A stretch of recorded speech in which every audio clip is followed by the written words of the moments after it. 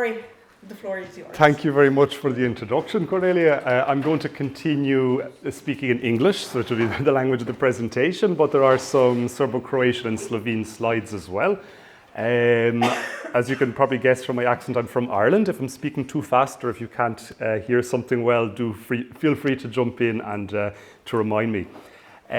So the talk today is stemming from the 4-year research project that Cornelia mentioned, which investigated intra-Yugoslav Albanian labour migration. To the northwest, intra-Yugoslav Albanian migration was supported by the Austrian Science Fund. It ran from 2020 until 2024 at the Centre for Southeast European Studies at the University of Graz, and there I was working as the PI alongside project researcher Dr. Mladen Zobec, who's a graduate of this university. So the way I'm going to structure the talk today is I'll begin by providing a summary of the project, also mentioning some of the activities and publications that have come out of this, and then I'm going to turn to an ongoing book project, which is a monograph based on the research that I've conducted. So this project seeks to provide a diachronic account of the intra-Yugoslav migration of Albanians to Slovenia and Croatia in the post-World War II era, right up until the breakup of the Yugoslav state, the international recognition of the independence of Slovenia and Croatia in 1991-1992, and the restoration of capitalism. So in doing so, the project is trying to address the overarching ways of what it meant to be a minority in a socialist Yugoslavia. On the one hand, Albanian minorities were a national minority, in the sense of being ethnic Albanians in a largely Slavic environment in Slovenia and Croatia. But Albanian labour migrants were also an economic minority, in the sense that many Albanians found work in what was formally legal but morally problematic private sector of the Yugoslav economy. And one of the threads that runs through the project is that although Albanians were largely excluded or maybe self-excluded from the social sector of the economy in comparison to other Yugoslav peoples, for example, in comparison to Slovenes or Croats or Serbs, they were nonetheless active agents and participants in the project of socialist modernity at the same time. Just regarding some terminology, when I refer to Albanians, I should note that in this presentation, Albanian refers only to Albanians who were citizens of Yugoslavia. So the Republic of Albania at the time, the Socialist Republic of Albania, was virtually sealed, and the numbers of citizens of Hodja's Albania within Yugoslavia was really negligible. So this is not a story about Albania proper, it's a story only about Yugoslav space. Albanians were the largest non-Slavic people in Yugoslavia, reaching up to 10% of the population by the late 1980s. And this means that in the last years of Yugoslav socialism, the country's Albanian population outnumbered national categories like Montenegrins, Yugoslavs, and probably also Slovenes and Muslims or Bosniaks to become the third largest group on the eve of the country's collapse.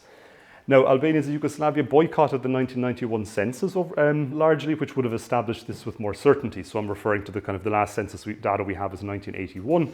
And historian Branka Magaš, writing in the early 1980s, observed that it's increasingly untenable to treat a population which will, within 10 years, be the third largest nationality as a national minority. So unlike the recognized national communities of Yugoslavia, such as Serbs, Croats, Muslims, Macedonians, Slovenes, Montenegrins, Albanians were not constitutionally characterized as a nation, or narod, with their national homeland inside the Yugoslav Federative State, but rather as a nationality, or narodnost, who, like Hungarians, Turks, Italians, had an external nation state.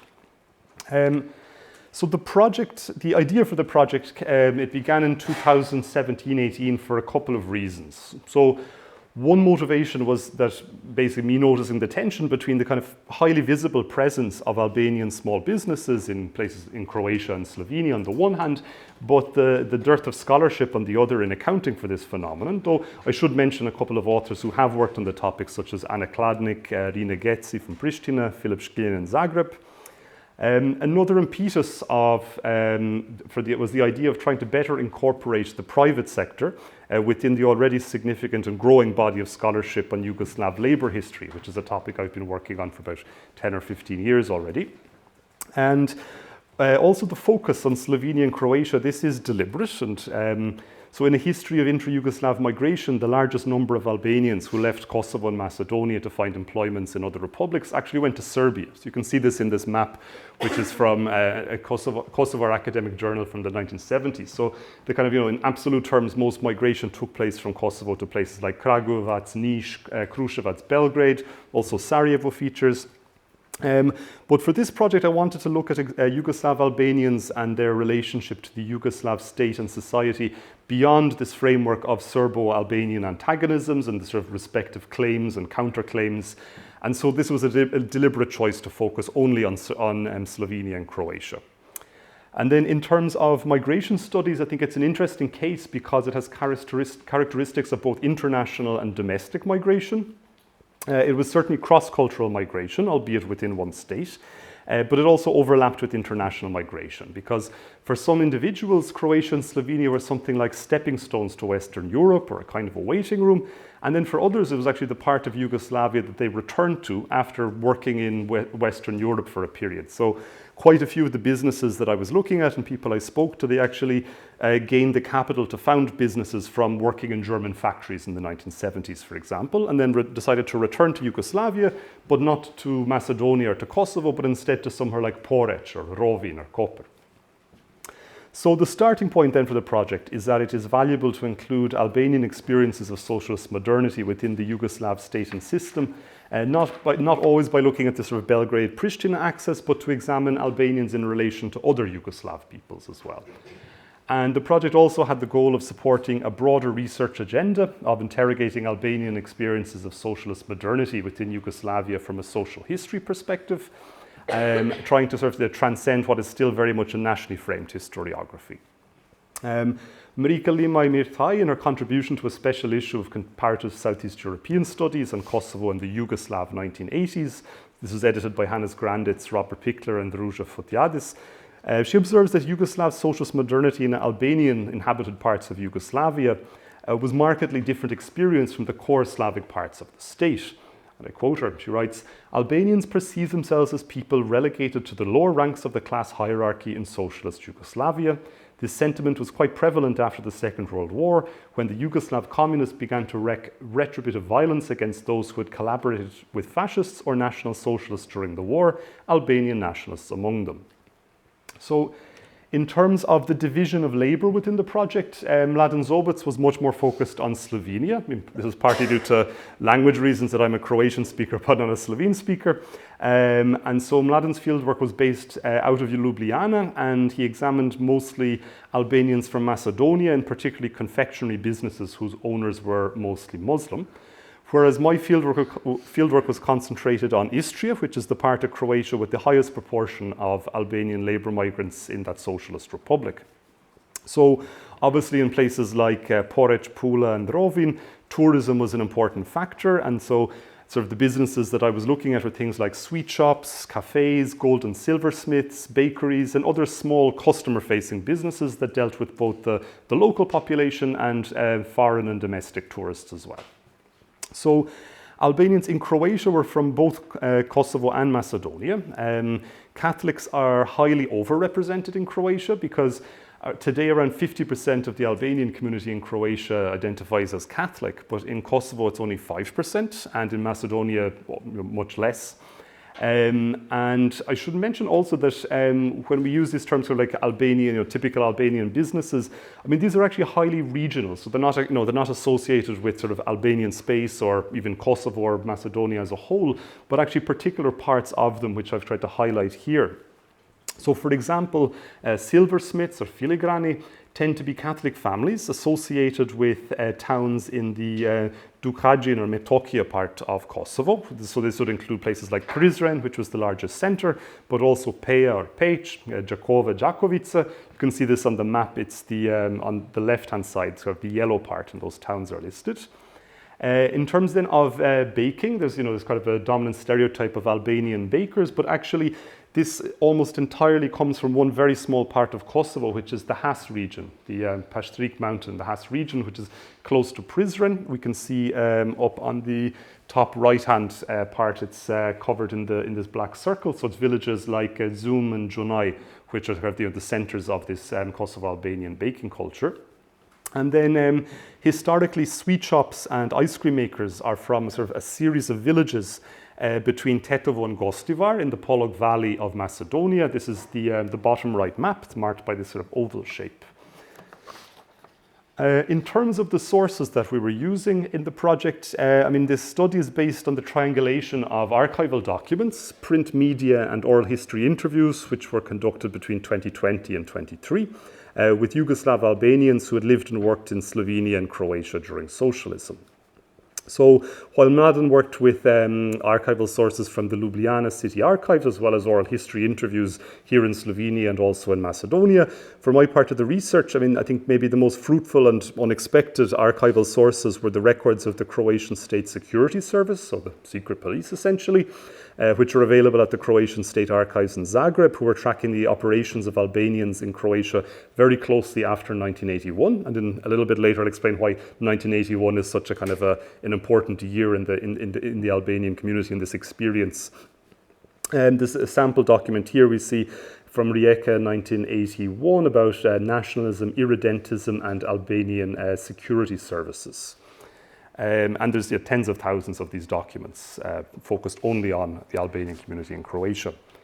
I was also looking at documents from the Municipal League of Communists, which are located in historical archives in Croatia in places like Pazin and Rijeka for Kvarner and Istria. We can see here just an example of a document from the Municipal League of Communists of Porec in 1982. This is sort of part of a public drive to account for the growing Albanian community in the region, again after 1981. Additionally, I consulted different funds at the Yugoslav archives in Belgrade, the state archives of Kosovo in Pristina, and also working at the National Library of Kosovo, this amazing building up here. Was also engaging with older scientific studies by Kosovar, mostly geographers and historians and demographers who dealt with migration in the 60s and 70s and 80s. And these are some of the journals which are there located in Pristina. Print media was also important, including national and local newspapers, as well as more contemporary publications of the Albanian community in Croatia. These are important sources sometimes to fill in sort of the gaps and imbalances of the archives, particularly when they provide self-narratives of Albanian migrants about their experience of labour migration. This example here from Dielo, I think this shows a very kind of typical late 1980s sort of treatment of Albanian small businesses on the part of the League of Communists, both in Croatia and in Slovenia. And we can see here, fairly blatant cultural racism. And then oral history, this is a method which is particularly well poised to capture rich biographical accounts of individuals, particularly those individuals who tend to be marginalized from the historical record, which certainly is the case with Albanian labour migrants working in the private sector. I think we have a data bank of about 50 recorded and or transcribed interviews. Additionally, oral history narrators were also often very kind in providing visual sources, mostly pictures, sort of family archives. So here a Medellin-based restaurateur, so Medellин's a small town, a small village near Pula. He shared pictures of his late father selling ice cream in Bosnia in the late 1960s, as well as a family picture on the right-hand side. And the goal of this oral history approach, it's not only sort of mining oral sources for new empirical data, but it's also about making connections between individual biographical experience and the larger socio-historical context in which biographies are played out in. And this can inform upon the meaning that particular events and processes held for individuals. As Alessandro Portelli writes, oral history can reveal, and I quote, not just what people did, but what they wanted to do, what they believed that they were doing, and what they now think that they did. So in a context which I argue is a case of institutional invisibility for Albanian migrants prior to the early 1980s, these oral history narratives have been really imperative in trying to account for the varied experience of labour migration, sort of contextualizing sort of dogmatic post-1981 reports, the kind you saw a couple of slides back from the League. And again, 1981 is this key rupture because this is the year that demonstrations in Kosovo broke out, which were followed by the securitization of almost the entire Albanian population across Yugoslavia. The picture here in the slide is from May 2021, so it's a picture that I took of an Albanian war veterans event in Rovinj in Croatia. And I would add, in addition to this sort of oral history interviews that we took, there is also a kind of an element of ethnographically inflected research too. I mean, myself and Mladen were not anthropologists. We didn't sort of consciously set out to work as ethnographers, but it was also very useful to kind of, to observe and sometimes participate in places of work or in cultural events or political events like this one in Rovi. Then in terms of the project publications that have come out so far, I edited a special issue of the journal Labour History in 2023, and this has now been expanded and republished as an edited volume this year as The Cold War of Labour Migrants, Opportunities, Struggles and Adaptations Across the Iron Curtain and Beyond, and the editors are Sarah Bernard from the University of Glasgow, Yanis Papadopoulos from Retimno in Greece, and myself as well. And my contribution in this is Albanian labour migration, the Yugoslav private sector, and its Cold War context. And this is available open access, like I think all the publications are. Mladen published an article earlier this year in Nationalities Papers called Negotiating Brotherhood and Unity, Oriental Confectioners and Socialist Morality in Post-War Slovenia, which is open access as well. And he was recently announced winner of the Arši Pipa Best Graduate Student Paper Award from the Society for Albanian Studies associated with ACES in the US.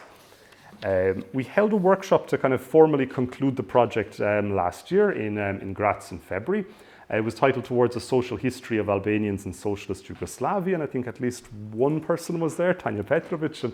And then from this, we're producing guest editing a section of the journal Sudos Towards a Social History of Albanians in Socialist Yugoslavia is the topic, and you can see the contributions are listed here. I won't get into them individually, but I'm hoping that between now and Christmas or the New Year, these will come out as well. And both Mladen and myself are engaging in kind of longer form writing as well from the project. So this year Mladen defended his PhD at the University of Graz, which is titled Albanian Migrant Entrepreneurs and Yugoslav Socialist Modernity, an Ethnic Economy and State Socialism. And we're hoping this will come out in a book format in a year or two as well. And my own long-form writing is a combined book project and habilitation dissertation. This is for the Austrian qualification, something like a second PhD. And for the rest of the talk, I'm going to focus on this book. I'm going to present parts of this work in progress, and I'm particularly open to feedback and critique because I'm about kind of not even up to the halfway point, so there's still scope to make a couple of changes and adjustments. So do feel free in the discussion to comment critically on this. So the working title, which probably will have to be changed because I've realized that there are at least 2 titles with the term socialist entrepreneur in it. But the working title is Socialist Entrepreneurs, Inter-Yugoslav Albanian Labour Migration in Croatia. And I begin the book with a vignette from mid-century Dalmatia. So in Omiš, a regional centre on the coast south of Split, with a population of about 15,000 people at the time, a journalist from the regional newspaper, Slobodno Dalmacija, spoke with one of 3 Albanian ice cream parlour owners in the Dalmatian town in June of 1968. So 24-year-old Gana Bahri, an ice cream master from Tetovo in Macedonia, ran his business from a rented premises across the road from the municipality building. As well as selling ice cream, Bahri offered a selection of non-alcoholic drinks, cakes, soured milk, and he was the only seller of burek in the town at the time. So he described his work as arduous, especially in the busy summer season when he worked from dawn to dusk, almost without breaks, but with the help of 2 brothers, he was satisfied with the business as it entered its 2nd year. So even though Bahri was operating a private business in the conditions of Yugoslav state socialism, he and the local municipalities seemed to be on good terms. He says, and I quote him, "They seek cleanliness and order from me, and we have never been in conflict. Concerning tax, I pay a fixed amount, and I'm satisfied with the arrangement. I think they also are." So the journalist then posed a question to Bahri. He says, "Albanian craft workers are found in almost every town or larger settlement in our country, and all are ice cream makers. So why is that?" And Bahri responds, "It's tradition. I learned the craft in Maribor for 3 years, and then 3 years in Skopje. Those who taught me, they were Albanians, my fellow countrymen. From my birthplace, the Tetovo Valley, every single house has someone who migrated, and most are patissiers, slastičari. One man from Omish some days ago jokingly told me, when man arrives on Mars, he will find an Albanian there with his sweet shop. So the town Omish wasn't unique at all in that it had 3 Albanian-run ice cream parlours by 1968, because actually these sweet shops and ice cream parlours, they were turning up in even more like smaller and more remote locales across the country. For example, a 1955 report about the village of Komija on the remote island of Vis mentions Slastičani Jadran, the Adriatic patisserie, owned by Muharrem Sabri, who is a son of sunny Macedonia. Many Muharrems migrated after the liberation, so after World War II, to western parts of our country, selling ice cream and sweets made in the Turkish fashion. So it's evident from these kind of reports that individuals like Gana Bakri and Muharrem Sabri had established businesses across Croatia by the 1950s and 1960s, but actually very little is known about such men and their families beyond their immediate professional function and their ascribed ethnic identity. Because Albanian migrants in Croatia, like any other category of people, were and remain a diverse cohort, despite being routinely stereotyped as ice cream vendors, bakers, and goldsmiths. So they've maintained divergent religious affiliations, chiefly Catholic and Muslims, or no religion. They vary in socioeconomic status, from wealthy business owners and landowners to struggling day labourers. They had diverse political affiliations, and this really runs the gauntlet from ballast enemies of the Yugoslav state to fervent communists and Yugoslav People's Army officers. And they, of course, come from different places of origin, mostly in Macedonia and Kosovo. They participated in a range of professions, and what is notable is that they were overrepresented in this nascent private sector as small business owners. So what the book is trying to do is to address the overarching question of what it meant to be a minority in socialist Croatia in 2 interlocking ways, like I already mentioned. One is being migrants in the sense of being in a national minority, but also this being in an economic minority, in that they were working in the formally legal but morally questionable or problematic private sector of the Yugoslav socialist self-managing economy. So, of course, religion could further accentuate outsiderhood, as many Albanians, though certainly not all, were observant Muslims or Catholics, and excessive displays of either faith were anathema to de facto Yugoslav, de facto state atheism. Gender, social class, racialization, they've also played a role in determining material outcomes for Albanian migrants in Croatia, Slovenia as well. So consequently then, this study is undertaken within a research agenda of intersectionality, due to the multiple minority statuses that rendered many Albanians in socialist Croatia institutionally invisible and unprotected. So turning to intersectionality, this can be understood as the interaction between gender, race, and other categories of difference in individual lives, social practices, institutional arrangements, and cultural ideologies, and the outcomes of these interactions in terms of power. And so I'm very much interested not in kind of representation or some forms of identification, but actually the material outcomes of this sort of interaction of different features. Now, of course, the intellectual origins are found in Black feminist theory and activism in North America, but the term has spread from academia into sort of popular lexicon as one of feminism's feminist and critical racist theory's most generative concepts for scholars and activists alike. So, reflecting on the development of a loose field of intersectionality studies since the late 1980s, Sumi Cho, Kimberly Williams Crenshaw, and Leslie McCall write that, and I quote, "Over the intervening decades, intersectionality has proved to be a productive concept that has been deployed in disciplines such as history, sociology, literature, philosophy, and anthropology, as well as in feminist studies, ethnic studies, queer studies, and legal studies. Intersectionality's insistence on examining the dynamics of difference and sameness has played a major role in facilitating consideration of gender, race, and other axes of power in a wide range of political discussions and academic disciplines." So I consider that social historical research engaging with intersectionality as a theoretical and methodological paradigm can yield or generate insights also in a socialist context like Yugoslavia, which are constituted within institutions and structures which are neither temporally nor spatially circumscribed. So this is it's flexible enough to apply to a context like socialist Yugoslavia or socialist Croatia. So with this intersectional perspective in mind, there's some further questions that are structuring the book, which include: how was the labour migration of Albanians understood and managed by the Croatian authorities at different levels, so Republican, regional, municipal? And then how, and more importantly, why did this change over time? Because there's different shifts in the decades that I'm looking at. How have Albanian migrants themselves accounted for their labour migration to Croatia? And then what does the case study tell us about political dynamics both inside socialist Croatia and in its relationship to sort of the federative state and the different constituent units of the state, the republics and provinces? And then how and why did Albanians feature so prominently in the private sector in Croatia? So in doing so, the study engages with and contributes to 4 interrelated research agendas or kind of bodies of literature. So one is about Albanian labour migration within and from Southeastern Europe. The second is labour history of socialist Yugoslavia. The third is a social history of Albanians in Yugoslavia. And the fourth is intersectional approaches to Yugoslav social history. Let me just see how I'm doing for time. Are we at the halfway point or? Okay, good.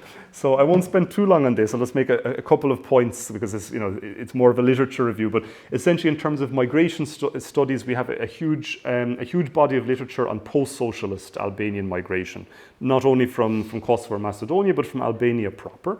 So much so that Russell King, who's one of the most sort of prominent researchers in this field, has described Albania as a laboratory for the study of migration and development. But I argue that there's a big blind spot in the literature, which is the widespread intra-Yugoslav migration of Albanians during socialism. Because for those who work on Yugoslav labour migration, we have a huge domestic literature by people like Ivo Baučić or Silva Mežnarić, but actually they never touch this Albanian migration within the country. So when you look at this body of literature, I think there is nothing written on it. The second then body of literature is on labour history of socialist Yugoslavia, which is something I've been working on. This is a growing body of literature in the last decade or so. And it's an increasingly robust historiography, but again, the focus is the factory floor, the industrial workplace and the social sector.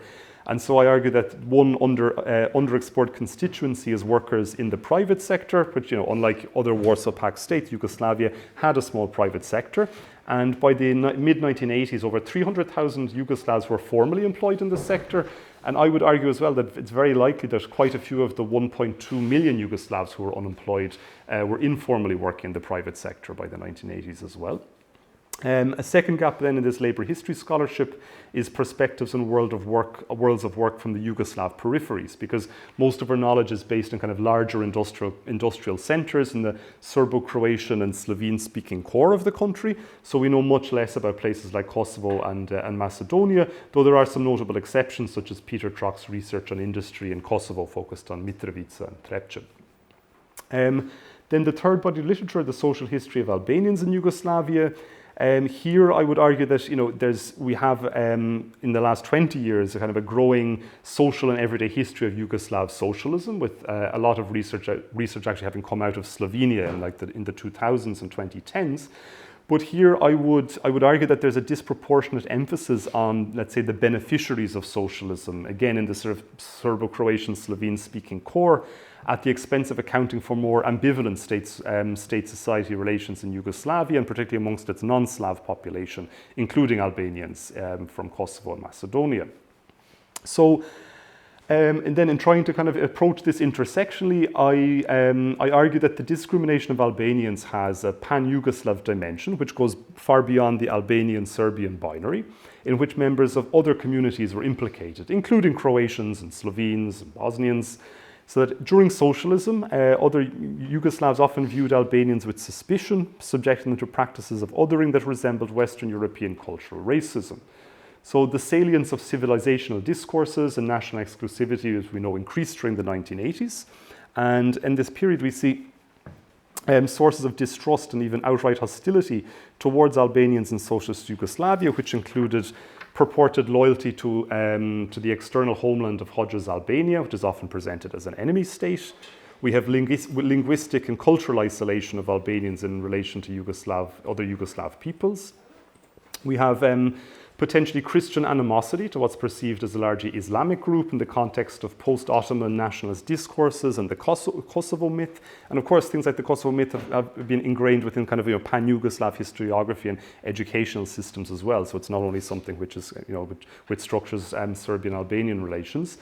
And I think which might be most important is this distrust of rural homesteads, distrust of patriarchal kinship patterns and private businesses, which, according to a version of socialist morality, which amalgamated the Muslim other, large patriarchal households and political enemies.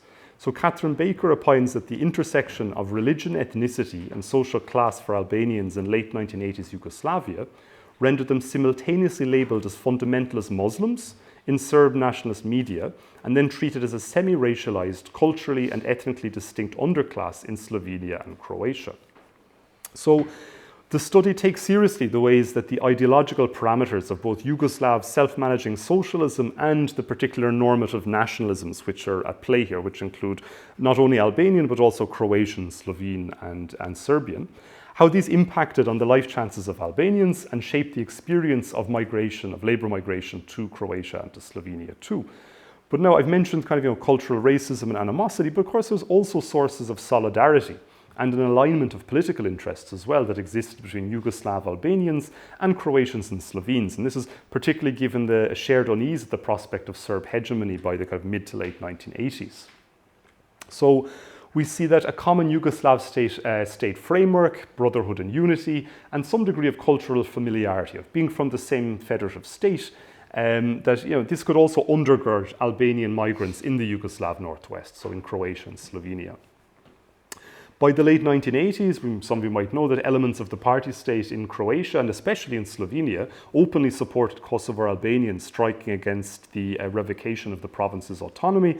The Cankrijev Dom rally, where the Slovene communists joined the opposition in support of the striking Kosovo miners in March 1989, is cited as a milestone in the emancipation of Albanian migrants.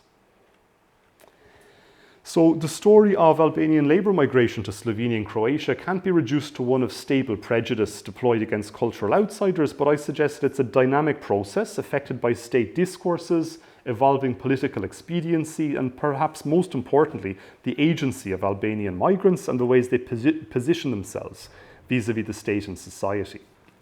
So by considering shifting economic and political dynamics and the ways that structural factors and identities intertwine to result in varied material outcomes, the study offers an example of how one might historicize intersectionality in state socialism, drawing upon scholarly innovations with regard to race, ethnicity, gender and social class in the Yugoslav context. So this is kind of the background of the book, and I'll go through the actual empirical chapters now. So the first empirical chapter seeks to provide an overview of Albanian mobilities in the northern Adriatic region, because of course the migration of Albanians to the lands of which are today Croatia and Slovenia has a much longer durée. So I look at these mobilities in the context of the Venetian Republic from kind of 16th century onwards.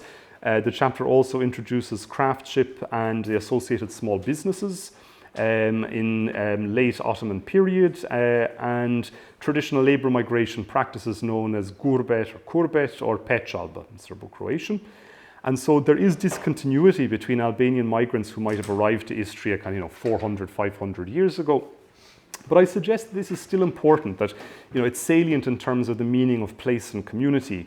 And for example, and this came up actually first through oral history interviews, that individual Albanians point at the existence of Albanian toponyms. And I thought maybe this was maybe not so serious or made up, but it turns out that actually there are examples of this. So we have places like Musalej near Porec or Dekani near Koper. This chapter also contextualizes the socio-economic and political context of post-war Kosovo and Macedonia under Aleksandar Rankovic. During this time, Kosovo was run as a de facto police state under Serbian minority rule. This lasted until about 1966. And at the time, the forced migration of Albanians to Turkey was promoted. And now many Catholic Albanians in Croatia today describe their family's migration in this period as a kind of a corollary to this coercive migration policy. So they've argued that when Muslim neighbours were migrating en masse to Anatolia, where then were Catholic Albanians supposed to go to? I mean, they also felt pressure to leave, but at the time channels to Western Europe were impossible or very limited until the rollout of guest worker schemes in the 1960s. So actually migration to Croatia or Slovenia could be a kind of desirable compromise. And I think this is how we can explain the high proportion of Catholics in Croatia today. So I would argue actually that this suggests that the legacy of the Ottoman millet system, a kind of territorialized convergence of nationhood and religion, has actually continued to shape 20th century Albanian migration patterns in the Adriatic and Central European region. And this goes right through to even to the mid to late 1990s, when some Catholics were able to get Croatian papers through Caritas. So this is the kind of the line of argumentation there. But I'll move on to the second chapter, which looks at how in the first decades after the Second World War, Albanian craftspeople, small business owners and workers moved to Croatia in fairly modest numbers. This was done through informal kin networks and chain migration, and it ran completely externally to the party state. So as a result, they were completely institutionally invisible because the state wasn't involved. It's very hard to find any records other than oral history accounts and kind of oblique references to particular businesses. So primarily engaged in the running of small businesses, most of these business owners were disinterested in participating in the institutions of self-management, and actually in many ways were unable because political participation was kind of conditional on working within the social sector of the economy, and this is how it was structured. Then the area that I'm looking at when I'm very focused on Istria, this was also in a state of flux because much of the region of northwest Croatia was ceded to Yugoslavia after World War II from Italy. And so a large proportion of the Italian inhabitants were forced to migrate or did migrate to Italy. And so the historical centres of Istrian towns like Porec and Rovin were left depopulated, emptied of the original Italian inhabitants. And then, but only a decade or so later, the towns were destined to become some of Yugoslavia's premier tourist resorts. And actually, it was in these old, abandoned and very beautiful town centres that many Albanians actually established their small businesses, which first catered to the needs of the local population, but with the growth of tourism, it was more oriented towards that. Now, the rapid development of tourism in the 1960s, it coincided with the dismissal of Aleksandar Rankovic in 1966, and there was immediately kind of wider freedoms and upward mobility for many Yugoslav Albanians. At the time, migration to Croatia gathered pace in the 1960s and 70s, and it began also to kind of overlap with the labour migration to Western Europe. So craftspeople whose businesses were flourishing on the coast or in Zagreb and larger continental cities, actually, some of them had integrated workshops in Kosovo cities like Peja and Jakova and Prizren for business operations, so that wealthier families could operate, on the one hand, a business premises on the coast, and on the other, in their place of origin, and they would, transfer labor or transfer materials, depending on their business, between the two spaces, now that the repressive political atmosphere in Kosovo and Macedonia had eased. But again, I'm stressing that this process of labour migration, the kind of business and labour practices, they were again going on completely without any party-state institutional oversight. So it was, it's very difficult to find any traces of this. Then we come to 1981, and so the third chapter examines how the March 1981 outbreak of the student demonstrations in Pristina, which were violently quashed by the Yugoslav authorities, how they impacted Albanian migration to Croatia. So there was immediately a deteriorating political and socio-economic conditions in Kosovo and Macedonia, so this prompted migration in even larger numbers. And it also meant that families who maybe had lived between the spaces, between Kosovo and Croatia, actively then moved their primary base to Croatia in the early 1980s because they had basically more incentive to migrate permanently because of the coercive conditions in Kosovo. Now, the official Federative Yugoslav interpretation that the 1981 demonstrations in Kosovo were counter-revolutionary and illegitimate expression of nationalist excess, anti-Albanian sentiment across the country grew, and the State Security Service followed the activities of these potential irredentists very closely. So you can see here in the PowerPoint, there's reports from the federal level and the Croatian Republican Secret Police, and there are like thousands and thousands of documents which are created after 1981 trying to make sense of the Albanian private sector workers in Croatia. So Albanian labour migration changed from being a fairly institutionally invisible to become almost overnight heavily securitized. And so the previously kind of laissez-faire attitude on the part of the Croatian authorities transformed to one of intense scrutiny and securitization. So we see kind of the formation of a network of security service operatives, their collaborators, informants, and hundreds, if not thousands, of Albanian labour migrants who were placed under suspicion, and this coalesced to form what the secret police termed themselves the Albanian complex. And I did notice when when I was kind of triangulating oral history accounts with secret police forms, I actually saw the names of my oral history narrators in the secret police files. So sometimes one can be a little bit cynical in thinking like, oh yeah, the secret police was following us. And this goes for, a lot of kind of modern social historical research in Yugoslavia. But in this case, essentially almost every single man who was an adult by the mid-1980s that I spoke with, their names somehow feature in the files, and I've seen them there. So this wasn't an expected part of the research. It wasn't in the plan that we would look at the secret police files, but in the end, it's become, I think, one of the most sort of interesting and generative parts of it. The fourth chapter then examines how Albanians adjusted to these more coercive conditions in the 1980s, and so how they operated these small businesses, and how they recall political pressures and also economic challenges, because of course the 1980s is a period of great economic difficulty in Yugoslavia. So we, facing the effects of the economic crisis, which is engulfing the social sector of the Yugoslav economy at the time, actually most of these Albanian-owned businesses remained fairly buoyant, and the community grew at record pace, and there was kind of even growing, let's say, a begrudging acknowledgement of Albanian entrepreneurism. So there was kind of, whispers by kind of, League of Communist Trade Unions sort of pointing out that, yeah, these Albanian small businesses, they're doing well and they have some kind of quality that we don't have in the social sector. So this is in existence as well, these kind of positive stereotypes. But even still, throughout the decades, Albanians were routinely presented in the public sphere in prejudice terms, and businesses as being the fruits of ill-deserved gains in the private sector, marred by infringements and machinations. And we see kind of casual racism and Balkanism or Orientalism, these kind of discourses targeting Albanians. These really proliferated in Croatia during the 1980s, and it's really palpable in Istrian towns like Poreč and Rovinj, which proportionally had the largest population of Albanians in the country. So we can see in the slide here a report complaining about Albanian businesses in Poreč's Old Town in the local paper Porečki Glasnik. But at the same time, the protagonists of the book, the Albanian business owners and the labour migrants, I think they demonstrate agency and increasing self-confidence, and they contrasted their hard work ethic and the kind of embodied labour and the agility of the family-run operations to the kind of the apathy of the faltering social sector of the economy. And then I turn to the final empirical chapter, which unpacks the kind of longer-term socio-economic and political transformations that occurred amongst Albanian labour migrants in Croatia.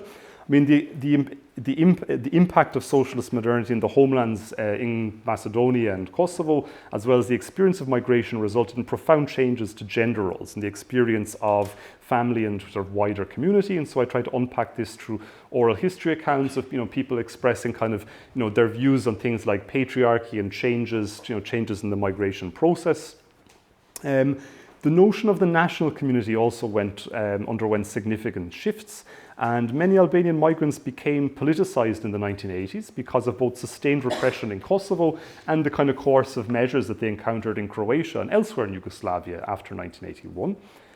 And I mentioned earlier that about this sort of begrudging acknowledgement of the kind of entrepreneurial nature of Albanians, and we see in the late 1980s that Albanians in Croatia were somehow discovered by media outlets and then began to be presented in more positive, albeit paternalistic ways. So we see around 1987, 8 and 9, a lot of reports kind of looking at Albanians in Dalmatia, Albanians in Poreč, Albanians in Zagreb, kind of this long-form journalism kind of uncovering the community in fairly stereotyped terms, but in a more positive way than had been done previously.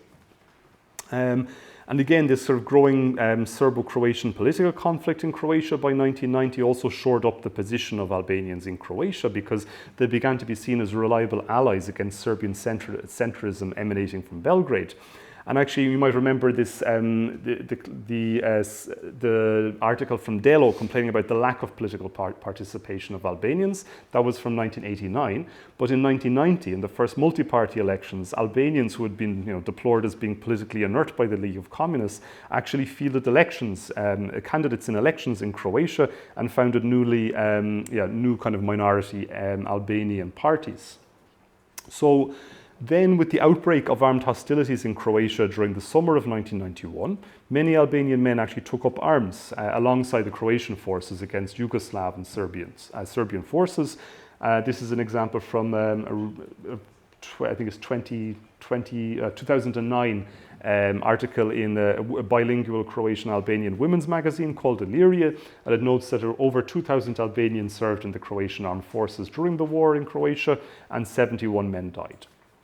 Now, despite Albanian migrants having largely signed up to the sort of, some of the key postulates of Croatian statehood by the early 1990s, some were still excluded from Croatian citizenship, that they weren't able to receive the domovnica, the paper which would be the pathway to full citizenship.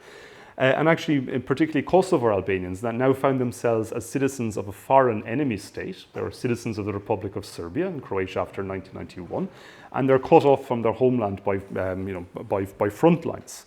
And of course, we know in Slovenia that the bureaucratically erased also included Albanian Yugoslavs too. So these kind of difficulties in Croatia actually sometimes meant further labour migration, so beyond the Yugoslav states. And towards the end of this last empirical chapter, I give voice to entrepreneurs who actually first struck out in post-socialist Czechoslovakia and Hungary. And this kind of entering business in 1991, going to Czechoslovakia to Hungary, this was actually informed by the by Cold War era connections made on the Adriatic seaside, where Albanian goldsmiths and silversmiths had working relations with people from both sides of the Iron Curtain, including from Czechoslovakia and Hungary. And so the first ones who actually entered the market there did extremely well. And so when you go to small towns in Hungary today, you find, or in Czechoslovakia, you find Albanian-owned and run businesses, often which began, left Kosovo and went through Croatia to end up in towns of 5,000 people in sort of obscure parts of Slovakia, Czech Republic, and Hungary today. So I will finish here, and I look forward to any questions you might have, some comments, some critique. So thank you very much for your time.